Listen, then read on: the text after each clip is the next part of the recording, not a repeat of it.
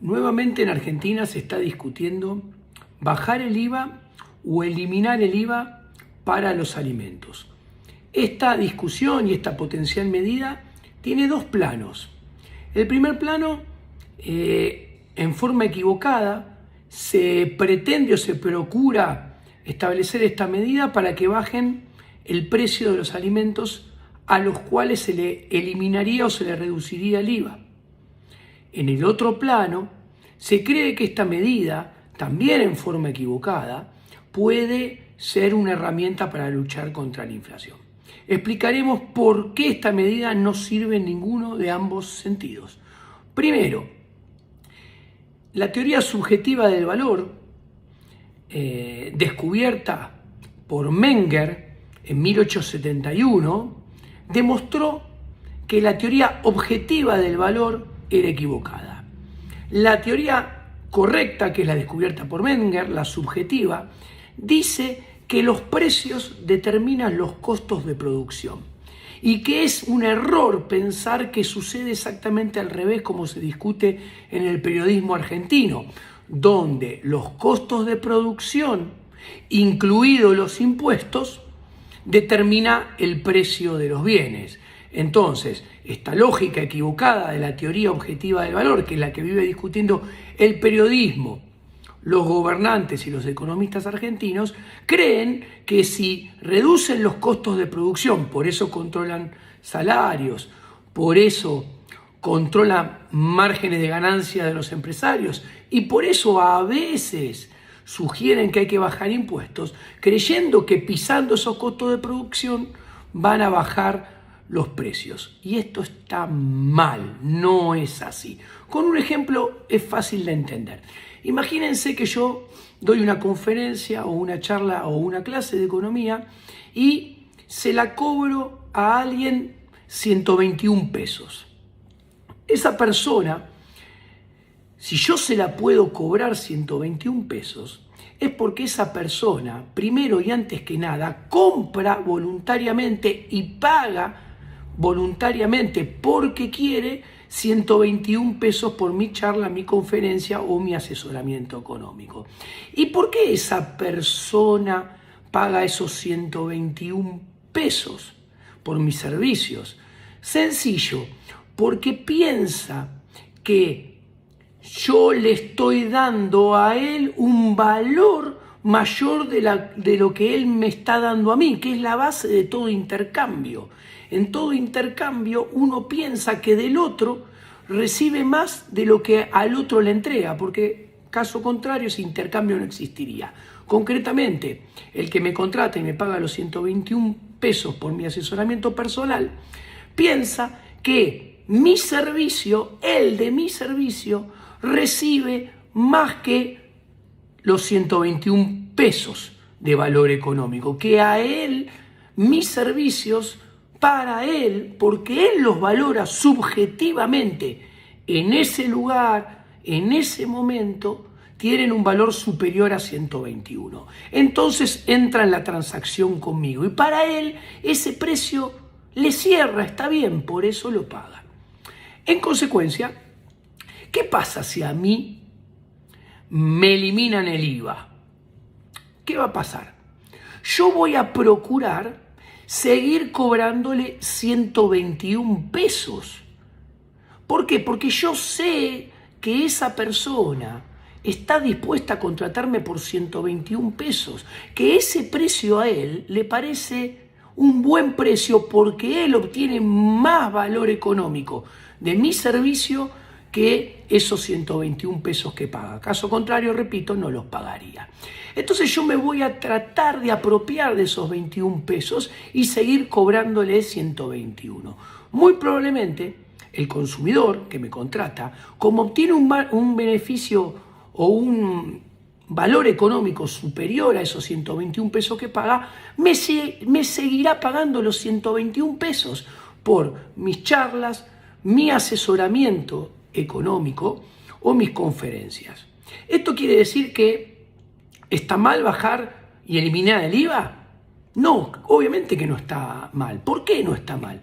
Porque que el sector privado en este caso yo, en este ejemplo, me quede con los 21 pesos, es mucho mejor 21 pesos en mi bolsillo, en manos del sector privado, que 21 pesos en manos del Estado. ¿Por qué? Porque yo utilizo esos 21 pesos en generación de riqueza, en producción de bienes y servicios que mi prójimo los va a comprar voluntariamente. Y comprándolo voluntariamente revela que esos bienes tienen valor de uso para él y satisfacen necesidades. Por el contrario, un escenario mucho peor es que esos 21 pesos sean IVA y vayan a mano del Estado. ¿Por qué? Porque el Estado no produce riqueza, no genera valor económico, sino que despilfarra dinero en bienes y servicios que son provistos sin cálculo económico. Entonces, como no tienen sistema de precios, no tienen cálculo económico, son bienes que son ofrecidos ineficientemente porque no se sabe cuánto hay que producir, de qué calidad, repito, en qué cuantía, en qué lugar y en qué momento. Entonces, redondeando el primer plano, lo más probable es que no bajen los precios de los bienes puntuales en cuestión. Y, por ejemplo, si hay factura discriminada y a algún consumidor se le ocurre discutir y no pagar y exigir que se lo vendan más barato, va a ser una reducción del precio de ese bien particular muy aislada y que va a durar muy poco tiempo. Y esto se une con el siguiente punto, que es el siguiente plano. No sirve como herramienta para controlar la inflación. ¿Por qué no sirve como herramienta para controlar la inflación? Porque la inflación es un fenómeno macroeconómico que emana de la esfera monetaria y se relaciona con la producción de dinero. La inflación no es otra cosa que la pérdida sostenida del poder adquisitivo del dinero y se relaciona con que el dinero se produce a un ritmo mayor que la producción de bienes y servicios.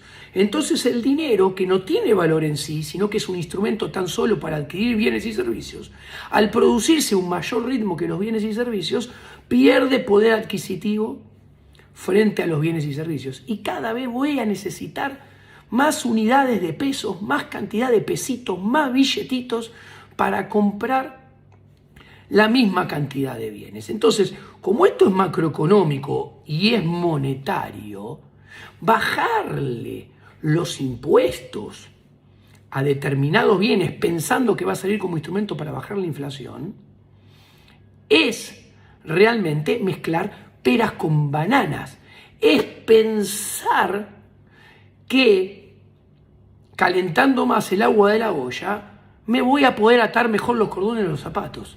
No tiene absolutamente nada que ver. Entonces, si le saco el IVA a los alimentos, la inflación no va a bajar, porque la inflación no es un fenómeno de los alimentos, es un fenómeno macroeconómico que se relaciona y es consecuencia de que tenemos un banco central que imprime cada vez más billetes y a un ritmo mucho más acelerado que el ritmo que se producen alimentos, corbatas, sacos, camisas. Entonces, como fabrican mucho más billetes a un ritmo más acelerados que el que fabrican sacos, camisas y corbatas, cada vez necesitamos más billetitos para pagar sacos, corbatas y camisas. Y si la baja del IVA y la eliminación del IVA se instrumenta devolviendo la plata de ese IVA en una tarjeta alimentar, no hay ninguna reducción de impuestos. Simplemente hay una devolución de impuestos. Y es una devolución de impuestos que atenta contra el derecho natural y quiebra los preceptos más básicos de la ley. ¿Por qué? Porque terminan siendo los burócratas del Estado de siempre que benefician a unos en detrimento de otros, porque le devuelven la plata del IVA al queso, jamón y la carne y el pollo a quien a ellos quieren y no a todo el mundo. Espero que haya quedado claro. Muchas gracias.